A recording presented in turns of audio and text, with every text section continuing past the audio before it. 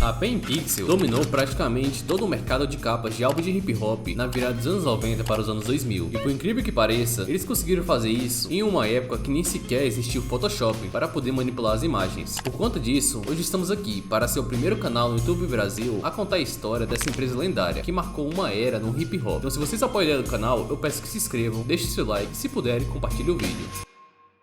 Apesar de hoje em dia a empresa ser reconhecida por ser uma gráfica mundialmente famosa com estilo próprio, no início ela enfrentava diversas dificuldades para poder chegar no nível de arte atual. A Pen Pixel foi fundada pelos irmãos Sean e Aaron Brock no início dos anos 90. Eles inicialmente trabalhavam na Happy Alot Records de Jay Prince, sediada em Houston, como design gráfico e gerente geral, onde por sinal a gravadora estava indo muito bem sob a gerência de Aaron, já que eles haviam conquistado algum disco de platinas com Ghetto Boys na época, mas infelizmente havia um pequeno problema nessa gestão. As capas dos álbuns eram feitas por artistas freelancers de fora da gravadora, e por conta disso ele teve a ideia de trazer seu irmão Sean, que era design gráfico, para fazer parte da equipe. Mas isso acabou desencadeando mais um problema. Apesar de Sean sempre sonhar em fazer capas de álbuns, ele não fazia ideia de como começar. Por isso, todas as artes iniciais eram feitas tudo à mão. Sean seguia um processo árduo e trabalhoso, onde após fazer as sessões de fotos, ele recortava elas e fazia montagens com auxílio de lápis de cor e lixas. Vale ressaltar que naquela época, os computadores eram quase desconhecidos, e o famoso Photoshop só havia sido lançado há menos de um ano. Mas, como uma forma de solução, Sean conversou com Jay Prince para investir em computadores. Assim, eles poderiam automatizar todo o processo de produção, já que eles estavam fazendo em média de 50 capas de álbuns por ano. Com o passar dos anos, a Happy Alot começou a contratar o máximo de artistas possíveis, onde a vantagem principal desses novos artistas era que a capa do álbum teria um visual diferente de qualquer capa já existente. Com isso, acabou aparecendo mais um problema para a gravadora. Muitos artistas apareciam alegando que não queria assinar um contrato com a gravadora, e sim só fazer a arte do álbum. Por conta disso, os irmãos Brock pensaram a solução de criar uma divisão completamente diferente da gravadora, sendo focada apenas nas artes dos álbuns. Assim, a gravadora receberia a parte dela e eles receberiam a parte deles, já que todo o trabalho era feito apenas por eles. Mas ao apresentar a ideia ao Jay Prince, eles acabaram não chegando a um acordo, já que Jay queria mais dinheiro que o combinado. Como forma de respostas, eles acabaram deixando a gravadora, fizeram um plano de negócios e compraram o equipamento igual ao de Jay Prince para poder trabalhar em casa, assim tendo um pré-início da sua futura empresa. Inicialmente, eles acabaram tendo um impulso muito grande, conseguindo acordos com grandes empresas como a Houston Records e a Central Hit, que eram empresas que geravam em média de 30, 40 ou até 50 capas de álbuns por dia. Mas as coisas começaram a ganhar força com o álbum de 8Ball e MJG, que foi um álbum incrivelmente rebelde, porque ninguém nunca tinha visto algo parecido. Assim que o álbum estourado, todo mundo começou a ir atrás da gráfica para poder fazer suas próprias artes. Mas como de costume, apareceu mais um problema. Na época, eles ainda trabalhavam no próprio apartamento, dividindo espaço com a equipe de 10 pessoas. Assim, o apartamento ficou pequeno demais, e eles foram obrigados a se mudar para uma casa nova. Mas com essas mudanças, coisas boas vieram, já que a 1 km de distância, eles começaram a fazer negócios com a Big Boy Records, a concorrente direta da Cash Money Records. Assim, eles começaram a produzir capas para artistas como Black Menace, The Ghetto Twins,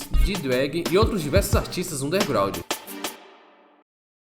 Birdman e seu irmão Slim acabaram vendo essas capas e achando elas muito fodas. E como resposta à sua concorrente, a Big Boy, eles também quiseram ter capa de álbuns no mesmo nível. Assim, Cash Money Records também acabou virando um cliente fiel da gráfica. Mas temos que citar também a importância da distribuição. Não era só a arte que a Pen Pixel vendia. Outro aspecto que as pessoas não entendiam sobre a Pen Pixel era o quanto de negócios que foram fechados sob o teto da gráfica. Grandes contratos com gravadoras como a Virgin, Epic e Parrot Records foram fechados sob o nome da Pen Pixel. E sabendo disso, quando Birdman e Slim chegaram na gráfica, eles quiseram fazer um mega acordo, já que a Cash Money tinha uma grande demanda de produção em larga escala. Assim, eles fecharam o contrato com a seguinte condição, de eles fazerem as artes enquanto a gravadora cuidava da produção. Esse acordo foi tão bem sucedido que mais tarde a gráfica começou a organizar até os próprios shows da gravadora, a cuidar da segurança e até cuidar de hotéis e limusines. Isso tudo porque eles tinham um acordo de lealdade com Birdman, onde não faltaria nada para nenhuma das empresas. Com isso, a Cash Money acabou usando a gráfica em todos os seus álbuns, sendo a última arte feita pela Pen Pixel a capa do álbum do Birdman. Mas com a evolução da tecnologia, todo o mercado de design acabou mudando, e com o passar dos anos, a Pen Pixel começou a fechar. Eles haviam mudado muito seu estilo de design para o chamado estilo millennial, que é que vocês podem ver na capa do Birdman, e com isso eles haviam se afastado muito do estilo bling bling, porque os artistas ficavam dizendo que esse estilo era muito ultrapassado, e que eles queriam a capa do álbum nível pôster de filme. E para as tristezas de todos, entre 2001 e 2003, a Pen Pixel reduziu sua equipe a um quadro mínimo de funcionários. Com o lançamento do Napster, as pessoas preferiam baixar álbuns de músicas ilegalmente ao invés de comprar o CD. Assim, a gráfica teve que encerrar a empresa e transferir os arquivos de trabalho da empresa para os 3 últimos funcionários restantes, para que eles pudessem criar seu próprio pequeno estúdio de design e assim ainda manter os relacionamentos de trabalho da PenPixel. Depois de alguns anos com a empresa parada, eles acabaram tendo um URL da PenPixel inspirado, e com isso agora outra empresa opera sobre o nome da PenPixel. Nos anos seguintes, Sean criou a Smart Face Media, uma empresa de design que atua principalmente no universo de folhetos de arte de alta qualidade, e ele ainda comentou que aceita encomendas ocasionais para capa de álbuns, mas reconhece que o ritmo frenético e o auge da PenPixel foi coisa do passado. Incrivelmente, agora em 2025, esse estilo de arte acabou se popularizando muito como estampa de blues aqui no Brasil, mas o que não podemos negar é que a PenPixel não só marcou uma época, mas como praticamente mudou o mercado de capas de álbum do hip hop, já que ela serviu de inspiração para muitos jovens se tornar design gráficos, e depois da PenPixel só veio pedrada, como podemos ver praticamente nas capas de álbuns antigas do Gucci Mane. Mas é isso, rapaziada, deixe nos comentários, vocês sabiam dessa história?